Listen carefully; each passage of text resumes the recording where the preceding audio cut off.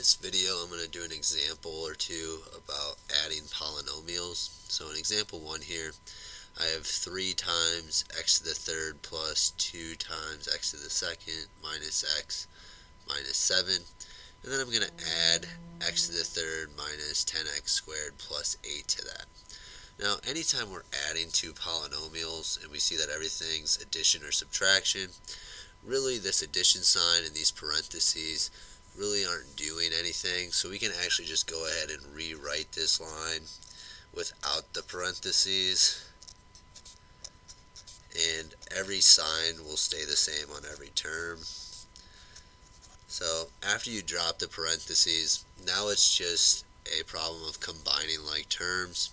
So some people like to put boxes around things or shapes around different terms, but ideally we're just combining things that are the same. So for instance, I have this 3x to the third in the front, and then I want to combine all the other x to the thirds to it.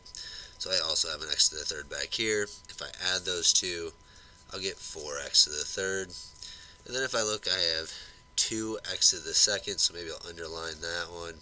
And then I have negative 10x to the second there as well. And if I combine those, I'll get negative 8x to the second.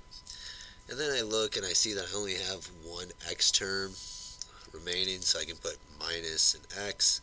And then lastly, I have the negative 7 plus 8, which will be a positive 1. Since these are not like terms, I just leave them, and that will be my final answer. Alright, just kind of looking at one last example here of adding polynomials together. Once again, the parentheses here really aren't going to do anything because we have no multiplication. So if all we have is addition and subtraction, we can actually just go ahead and rewrite this without the parentheses. So we just copy everything down, leave the signs of each term the same, and then it's just a problem of combining like terms. So once again, when I scan the different terms in this polynomial, I notice I only have 1y to the third, so I leave it as 9y to the third. And then some people like to just cross off terms they've used already. And then moving on to y to the second, I notice I have 3y to the second here and negative 5y there.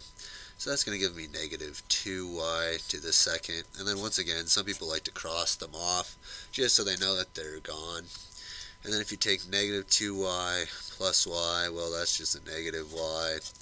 Cross those two off, and then plus 1 minus 4 gives you a negative 3. And then if you look here, we have no like terms, so this will end up being our answer to the problem.